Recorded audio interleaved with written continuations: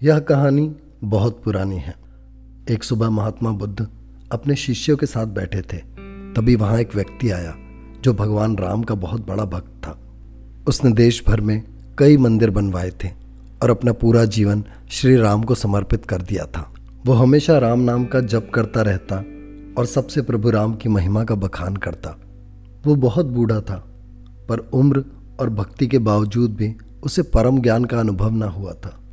भगवान में उसकी बड़ी आस्था थी, पर मन में एक सवाल कहीं किसी कोने था कि भगवान है कि नहीं। और जब उसने महात्मा बुद्ध के बारे में सुना तो उसने मन में सोचा, ये तो परम ज्ञानी है, मैं क्यों ना इनके पास जाऊं और अपने मन की दुविधा को शांत करूं। वो महात्मा बुद्ध की सभा में पहुंचा और एक कोने चुपचाप खड़ा हो गया।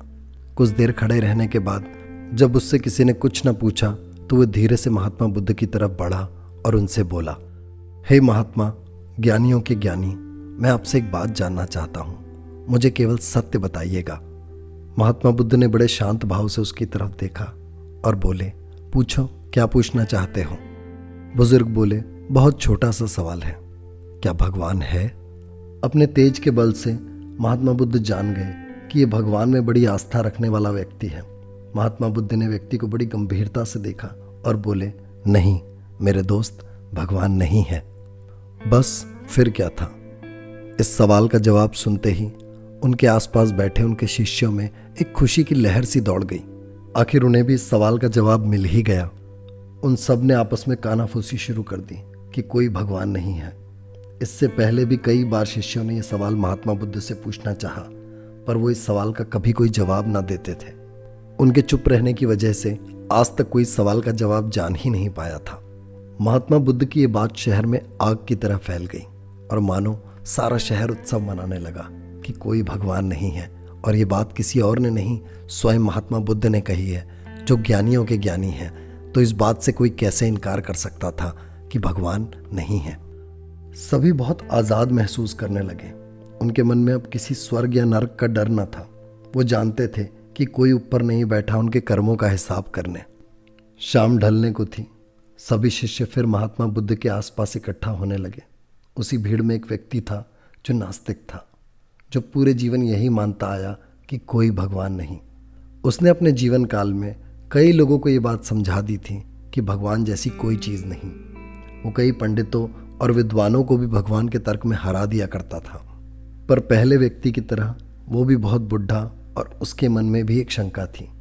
वो सोचा करता था कि हो सकता है कि भगवान सच में है, और यदि ऐसा है तो मेरा जीवन बेकार चला जाएगा, क्योंकि मैं पूरे जीवन यही संदेश फैलाता रहा कि कोई भगवान नहीं है। उसकी ये शंका उसे अंदर ही अंदर खाए जा रही थी। आखिरकार उसने फैसला किया कि वो इस सवाल का जवाब जान के रहेगा, और इसी सोच के साथ वो महात्मा बुद्ध की सभा में आया और उनके समक्ष आकर बोला, महात्मा, यदि आप बुरा ना माने तो मैं आपसे एक प्रश्न पूछना चाहता हूँ। सब कहते हैं आप परम ज्ञानी हैं। यदि ऐसा है तो कृपा करके मुझे बताएं कि इस दुनिया में भगवान है कि नहीं। महात्मा बुद्ध से देखते ही समझ गए कि यह व्यक्ति एक नास्तिक है, और बिना सोचे बड़ी दृढ़ता से बोले, हाँ भगवान है। बस फिर क्या था। ये सुनते ही सभी शिष्यों में एक बार फिर असमंजस फैल गया। धीरे धीरे ये बात पूरे शहर में फैल गई और पूरा शहर सोच में पड़ गया कि महात्मा बुद्ध की पहली बात को माने कि इस बात को माने।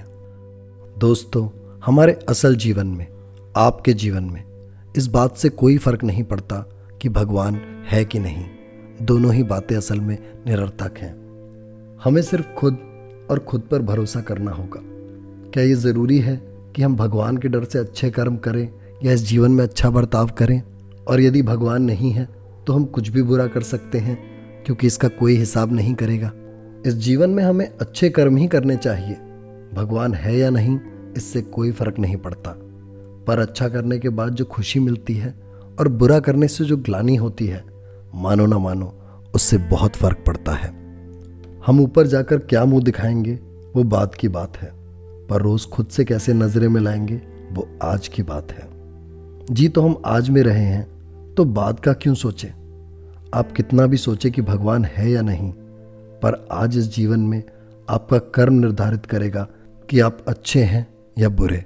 क्योंकि भगवान कभी भाग्य नहीं लिखते, जीवन के हर कदम पर हमारी सोच और हमारे कर्म ही हमारा भाग्य लिखते हैं, और कर्म आपके हाथ में है, भगवान के हाथ में नहीं। आशा करता हूँ ये कहानी आपके जीवन में कोई भूमिका निभा पाए। आप देख रहे हैं निश्वसिता। ऐसी ही प्रेरक कहानियों के लिए जुड़े रहें निश्वसिता से। शेयर करें, सब्सक्राइब करें ताकि प्रेरणा सब तक पहुँचे। धन्यवाद।